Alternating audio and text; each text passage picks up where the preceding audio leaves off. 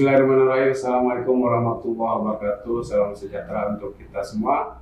Berjumpa lagi dengan senior BPP Provinsi NTB, senior bisa bincang santai bersama saya Bang Yos. Kali ini kami kedatangan tamu istimewa di teman-teman, bahwa dari SMA Tunas Daud. Iya. Oke. Teman-teman kita ini, adik-adik kita ini, untuk diketahui mendapatkan penghargaan atau awards 5 besar secara nasional ya. Betul. Sebelum lanjut ke sana, mungkin saya perkenalkan satu-satu nih Ibu ya. Telah hadir di tengah kita Ibu Hanalia Yedida Menov SPD selaku guru pendamping. Kemudian ada siswa kita Genki Hajar, Clarissa Stella Chandra. Kemudian Jesslyn Angela Adiputra. Kemudian ada Nimade Abelia Surya Kalina. Gimana kabar teman-teman, adik-adik? Sehat? Ya. Sehat. Jadi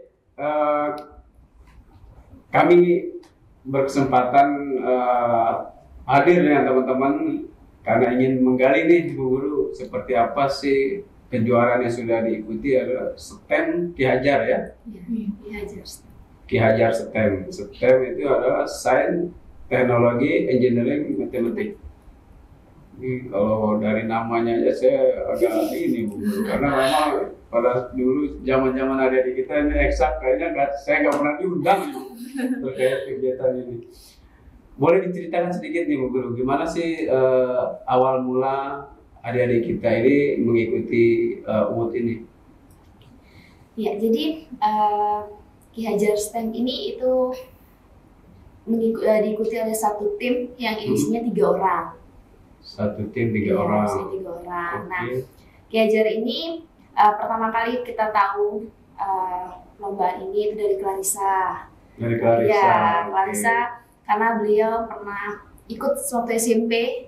Oh, SMP. Iya, waktu SMP Clarissa udah ikut dengan timnya itu sampai di tingkat provinsi.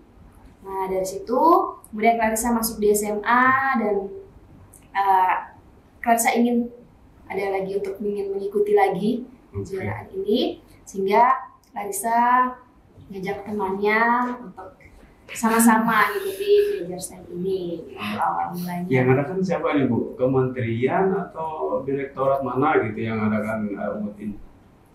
Kemendikbud Ristek ya. Iya. Oke.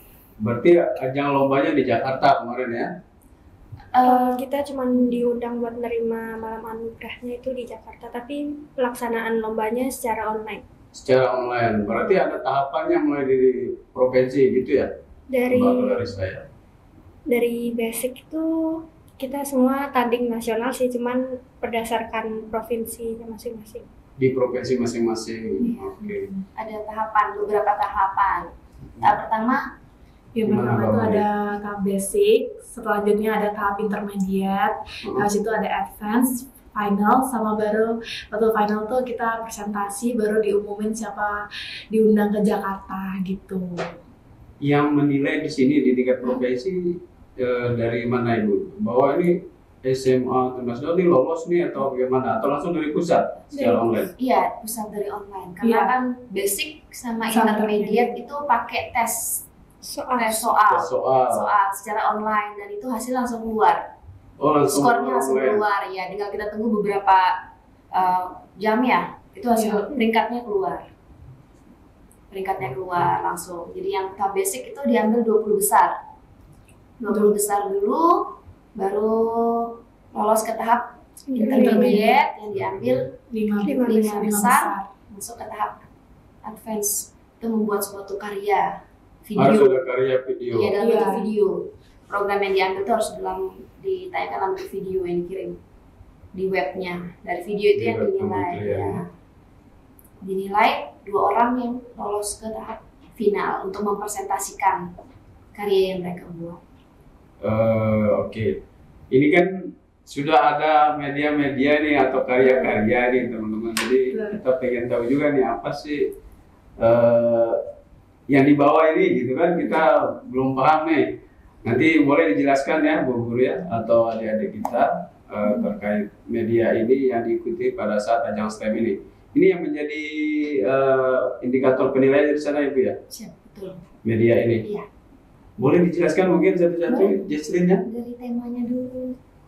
Ada di temanya dulu Ya. apa, kemudian gambaran dari bentuk atau Program media yang ini kalian seperti gimana gitu. Dari mana dulu nih, mulai nih? Karissa atau Made atau Jesslyn? Karissa. Karissa. Oke. Jadi kita kan dikasih 4 tema, kita boleh pilih satu tema. Hmm. Nah, kita mengambil tema energi dan jejak karbon. Energi dan jejak karbon. Jadi kita meng-highlight dari sampah-sampah dari lingkungan kita sendiri, yaitu sekolah kita. Nah, itu makanya kita mengambil judul dari video kami sendiri, Eco School Agents. Jadi kita sebagai agen-agen Eco School sekolah kita. Eco School Agent. Jadi adik-adik ini yang menjadi role model di sekolah atau agennya untuk Eco School-nya ya. Lanjut. Oh, Mari gimana? Ada yang mau dijelaskan? Kalau ini dari kita punya ini, kalau saya jelaskan yang ini. Oke. Pertama, ini adalah prototipe dari kita punya tong komposter. Sebenarnya kalau kita punya di sekolah tuh versi lebih besarnya. Nah, sebenarnya tong komposter ini tuh mengolah dari sisa sampah makanan. Kan kita sadar kalau di sekolah tuh banyak, biasa kan anak umur itu pasti kalau habis makan tuh sisa makanan itu banyak banget. Nah, ternyata dari sisa makanan itu kita mau olah supaya tidak menghasilkan energi jejak karbon dengan cara kita buat jadi dari tong komposter ini kita masukin sisa makanan itu bisa menjadi pupuk cair sama pupuk padat. Nah, jadi waktu kita kalau masukin sini itu kita juga ada buat cairan molnya. Waktu kita masukin sini nanti kita tunggu selama berapa waktu gitu. Nanti pupuk itu dia bisa menghasilkan pupuk. Jadi dari cairan tuh dia turun ke bawah sini kalau dia versi kalau perempuan besarnya di sini tuh nanti dia keluar cairannya, berarti itu cairan pupuk cairnya. Kalau di bagian atasnya itu yang kalau kita taruh makanannya itu bisa jadi pupuk padatnya. Pupuk padat. Ya, jadi ternyata dari sisa sampah makanan yang bisa menghasilkan energi jejak karbon tuh ternyata kita bisa olah kembali gitu loh supaya dia tuh tidak menghasilkan terlalu banyak jejak karbon gitu.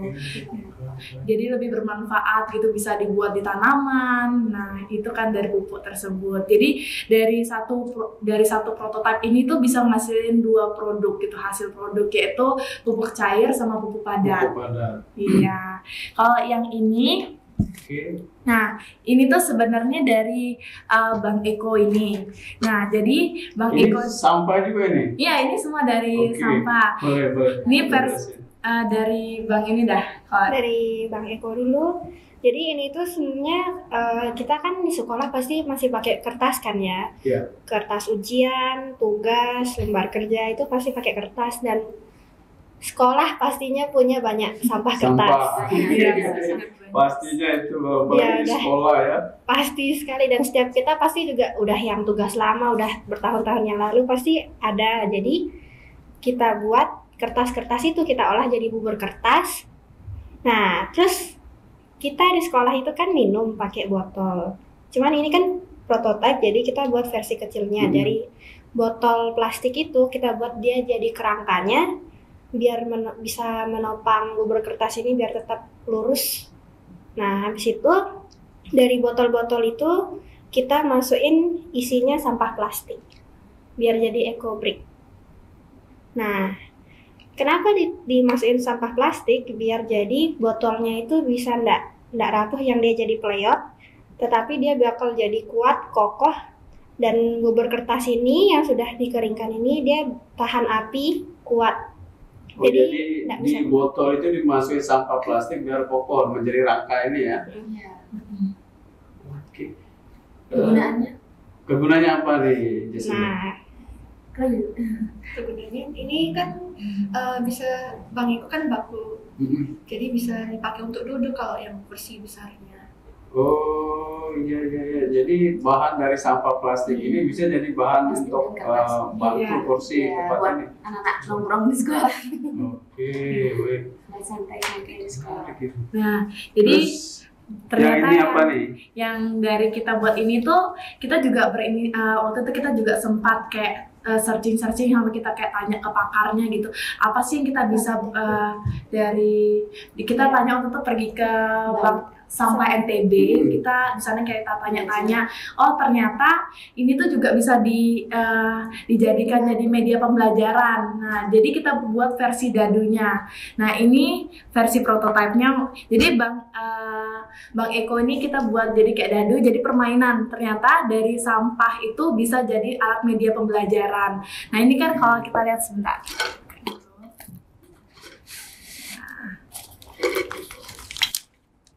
Ini.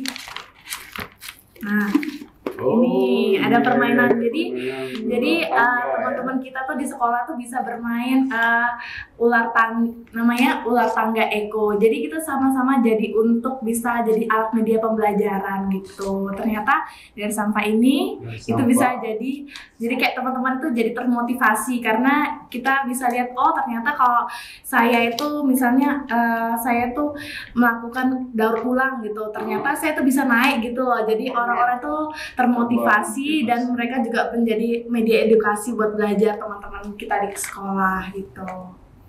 Oke, kalau yang ini gimana nih Jason? Jadi ini adalah tong sampah pijak. Tong sampah pijak. Namanya TPR, tong pijak reward. Jadi Tong pijak reward. ini sama aja sih cara kerjanya sama tong sampah biasa. Jadi kalau ini buka, terus nanti dapat reward. Oh, dapat reward dari sini. Koin atau kalau yang aslinya apa rewardnya di sana? Ini juga koin. Kan ini tutup botol sampah plastik juga, jadi kita sekalian. Jadi kayak nanti kita coba kembangkan ke depannya. Kalau beberapa koin itu bisa dapat apa supaya memotivasi. Ditukarkan untuk apa? Ya, gitu. Kemana nih misalkan sudah dapat 10 koin dari ya, sini apa sih gitu. yang dapat entah Bisa dapat minuman atau atau apa. Nah, ini kan menarik ini. Tentunya ide ini nggak muncul dengan sendirinya. Ini dari mana dia mendapatkan ide-ide seperti ini nih? dari Bank Sampah NTB. Dari Bank Sampah NTB muncul ide kreatif begini ya?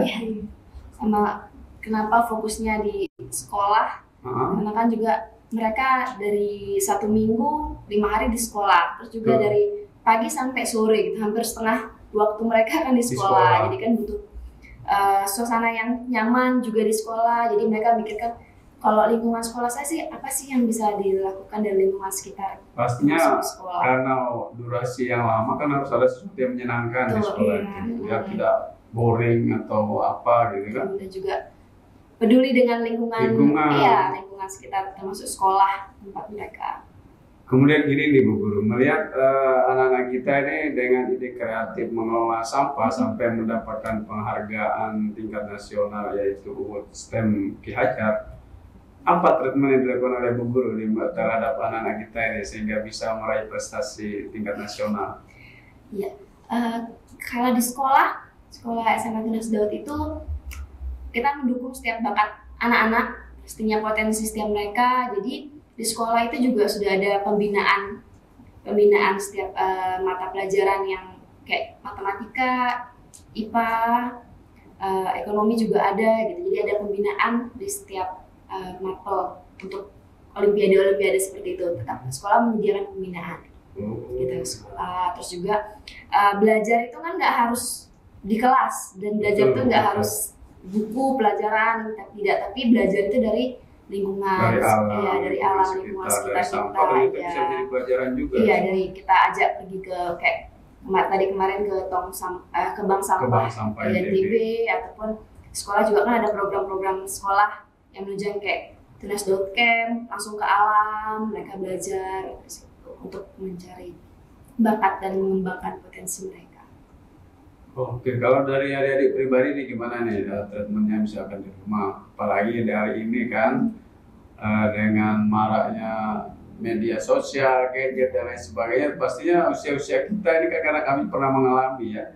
Cuma bedanya tidak hidup pada saat zaman sekarang yang banyak gempuran media, informasi dan segala macamnya, itu gimana memanage waktu untuk tetap belajar dan menghasilkan ide-ide kreatif seperti ini.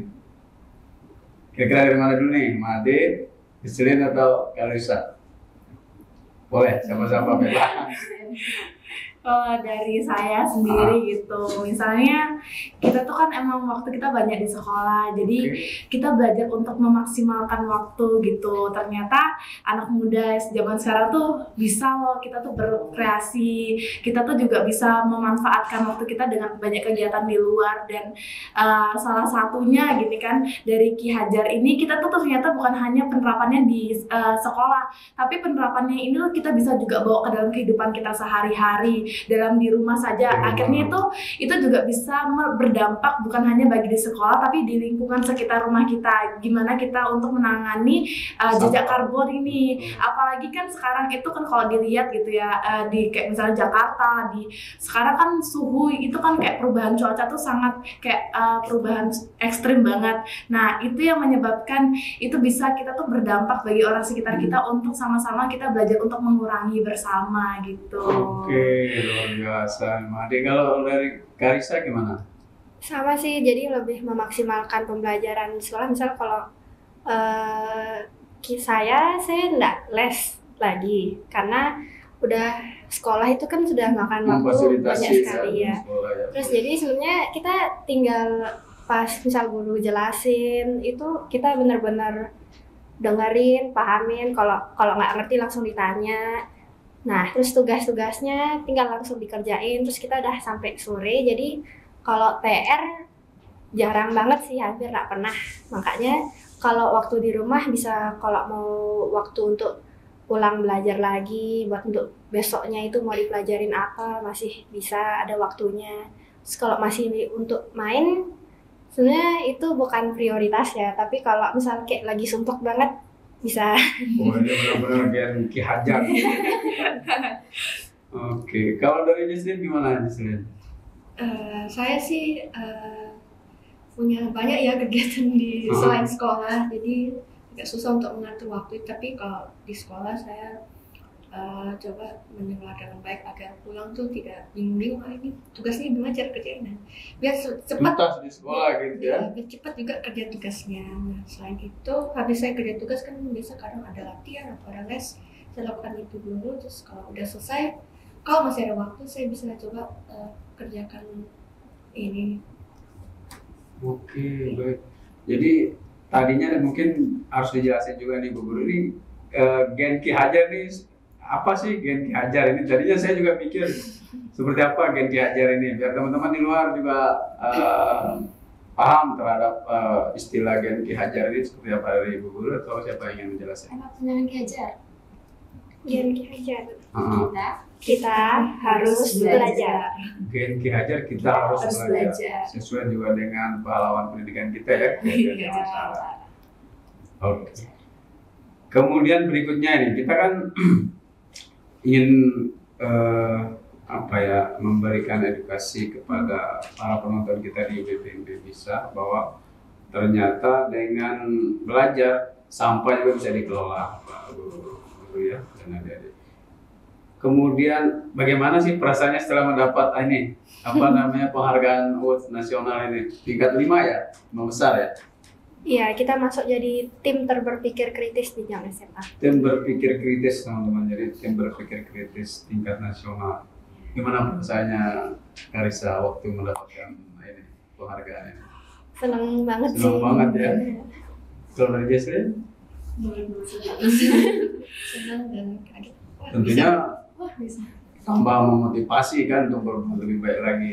Mari gimana? Senang dan kayak dapat pengalaman baru gitu, ketemu orang-orang di sana yang ternyata juga seperjuangan sama kita, Asik, sama kayak ngerasain kayak bener-bener kita tuh gimana sih perjuangan kita tuh lewatin dari tahap awal sampai akhir gitu. Ternyata orang-orang di sana tuh sama-sama gitu loh, kayak harus belajar gitu dari Ki Hajar gitu sih.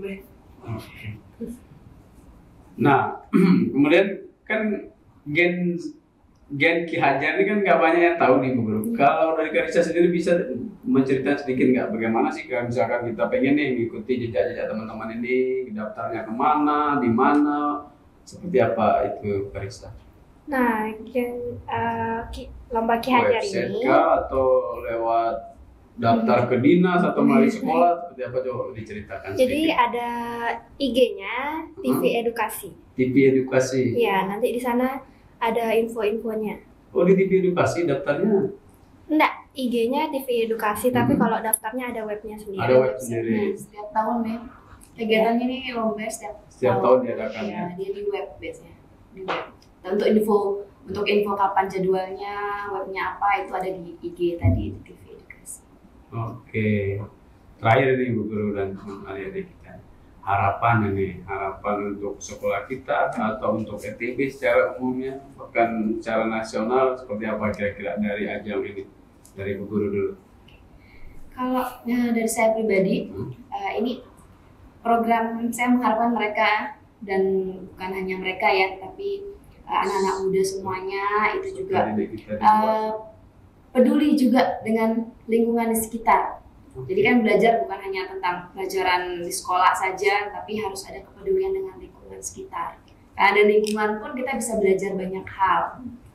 Dan saya juga harapan semoga program ini, kami juga di sekolah, program ini bisa terus berlanjut, bukan hanya sekedar ajang lomba gitu. ya. Itu maksud saya effort ke selanjutnya Iya. seperti apa gitu. Bukan hanya sekedar ajang lomba, tapi mereka juga bisa memotivasi, membantu menjadi agen sekolah juga, membantu untuk menjadi motivasi bagi teman-teman mereka, bagi adik-adik, karena kita di SMA Tersdot kan dari TK sampai TK sampai SMA. dari SMP SMA, dan mereka bisa membagikannya ke adik-adik, dan sehingga teman-teman adik-adiknya bisa ikut sama-sama berpartisipasi untuk sama-sama menjaga lingkungan. Ini Seperti benar-benar penerapan P5 ini ya Bu. iya, apalagi program NTB kan zero waste. Zero waste. Iya, jadi mendukung program NTB juga. Jadi bisa bukan hanya SMA Tersdot, tapi semua siswa juga Semua pun bisa siswa NTB ya. sama-sama mendukung program Pemerintah. NTB juga. Oke. Jadi Mari gimana harapannya ke depan Iya. terkait program ini? Kalau dari Eco School Agent itu supaya bisa terimplementasikan di kehidupan sekolah gitu, dimana kami juga setelah lomba ini masih tetap menjalankan Eco School ini, dimana kayak kita ada melakukan penanaman kembali, dan kita juga mengurangi sampah dan memilah sampah yang ada di sekolah, supaya kita tuh jangan jadi orang yang ikut lomba tapi kita juga mau mengimplementasikan dalam kehidupan Oke, kita sehari-hari. Apalagi kita tadi kayak benar dikatakan sama Bu Hana gitu, dimana kita harus kayak menjaga lingkungan kita harus peduli akan lingkungan kita gitu. Dari Karisa sama pertanyaannya. Selanjutnya setelah mengikuti ajang ini, apa keinginan kedepannya seperti apa? Nah, sebenarnya sama sih sama teacher sama Made, karena ya tujuan kita semua sama kan, biar lingkungan kita menjadi lebih baik lagi, karena pasti kan dimana udara kitanya udah semakin kurang sehat, kita harus benar-benar menjaga lingkungan kita, benar-benar biar kita tuh juga bukan dampaknya buat kita sendiri, tetapi juga buat lingkungan kita itu biar lebih baik, kita juga nyaman. Oke. Cislin, biar di luar sana juga mengikuti kita bahwa bagaimana kepedulian kita dulu nih terhadap lingkungan, terutama dalam mengelola sampah. Ini adalah bentuk yang sudah dibuat implementasi secara langsung kan, mendapat penghargaan dari tingkat nasional, dari mulai Gen Ki Hajar. Gimana harapannya Cislin ke depannya, seperti apa tentang pengelolaan lingkungan itu? Harapannya orang-orang lain yang sudah melihat hasil karya kita juga ikut kayak termotivasi untuk Oke. menjaga lingkungan sekitar kita, karena ini kan ya seperti yang tadi dikatakan, dunia ini sudah sangat mulai kacau gitu. Jadi Iya benar. Jadi benar Cislinnya. Iya benar, terus Cislin. ya, dan semoga bukan hanya untuk lomba aja, tapi kita terus lakukannya dalam kehidupan sehari-hari. Oke, baik, saya setuju itu quote-nya. Jadi apapun situasinya, ketika kita berkontribusi terhadap bagaimana menjaga lingkungan, pastinya akan berdampak pada kita juga. Lain hal misalkan kita ya sudah sampah lempar sana sini, dampak dari itu kembali ke kita juga. Mungkin itu quote-nya hari ini, bahwa bagaimana kepedulian kita kepada lingkungan kita tanamkan sejak dini. Contoh dari adik-adik kita yang sudah meraih gen Ki Hajar melalui apa tadi namanya?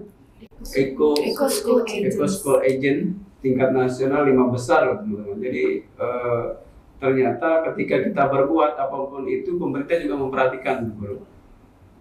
Harapannya bukan hanya seperti disampaikan tadi oleh Bu Guru, adik-adik kita semua bahwa kegiatan ini bukan hanya diikuti untuk perlombaan, tapi bagaimana implementasinya dalam kehidupan sehari-hari. Tadi sudah dijelaskan. Nah, mari teman-teman dengan adanya lomba ini mudah-mudahan memotivasi peserta didik kita atau teman-teman kita di luar sana untuk bagaimana peduli lagi kepada lingkungan kita yang bagaimana hari ini kita dikepung oleh berbagai macam isu lingkungan ya, mulai banjir, gempa bumi dan lain sebagainya, bagaimana sampah di mana-mana. Bagaimana kepedulian kita terhadap lingkungan kita tanamkan sejak dini. Bagaimana disampaikan oleh adik-adik kita dan oleh Bu Guru bahwa bukan hanya semata-mata untuk mendapatkan penghargaan kita mengikuti ini, artinya bagaimana mengimplementasikan menjaga ataupun lingkungan itu dalam kehidupan sehari-hari seperti yang sudah dilakukan oleh siswa-siswa kita di Tunas Daud. Akhirnya bentuk dari usaha ini sudah mendapatkan penghargaan Awards Ki Hajar tingkat nasional. Mungkin itu pesannya hari ini. Terima kasih teman-teman, sudah Ibu Guru sudah berkesempatan hadir di BPMP Senior Bisa. Kembali lagi nanti pada episode berikutnya tentunya dalam kaitannya bagaimana memajukan atau ikhtiar kita dalam pendidikan. Terima kasih, salam sehat, assalamualaikum warahmatullahi wabarakatuh, salam sejahtera untuk kita semua.